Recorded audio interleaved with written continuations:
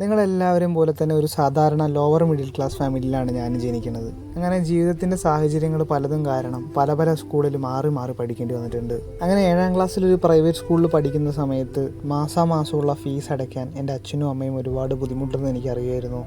എല്ലാവരും ഫീസ് അടച്ചതിന് ശേഷം ഏറ്റവും അവസാനമായിരുന്നു ഞാൻ അടയ്ക്കുക. എക്സാമിന് പെർമിറ്റ് കാർഡ് എന്ന് പറയുന്ന സംഭവം എടുക്കാൻ പറ്റാതെ എക്സാമിൻ്റെ അന്ന് രാവിലെ പോയി ഫീസ് അടച്ച് ഹാൾ ടിക്കറ്റ് വാങ്ങി എക്സാം എഴുതിയ കാലം ഞാൻ ഓർക്കുന്നുണ്ട്. അങ്ങനെയാണ് ഞാൻ 7ാം ക്ലാസ്സിൽ പഠിക്കുന്ന സമയത്ത് നാട്ടിലുള്ള ഒരു ടെക്നിക്കൽ സ്കൂൾ എന്ന് പറഞ്ഞിട്ടുള്ള ഒരു ഗവൺമെൻറ് സ്കൂളിലേക്കുള്ളൊരു എൻട്രൻസ് പരീക്ഷയ്ക്ക് അപ്ലൈ ചെയ്യുന്നത്.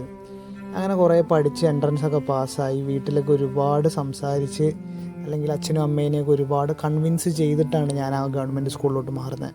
LKG മുതൽ പ്രൈവറ്റ് സ്കൂളിൽ പഠിച്ച് എന്നെ ഗവൺമെൻറ് സ്കൂളിലോട്ട് മാറ്റാൻ അവർക്കൊരു താല്പര്യം ഉണ്ടായിരുന്നില്ല. പക്ഷേ ഇപ്പോൾ ഓർക്കുമ്പോൾ എനിക്ക് തോന്നുന്നു ജീവിതത്തിലെടുത്ത ഏറ്റവും മികച്ച തീരുമാനങ്ങളിലൊന്നായിരുന്നു ഗവൺമെൻറ് സ്കൂളിലേക്ക് മാറുക എന്നുള്ളത്.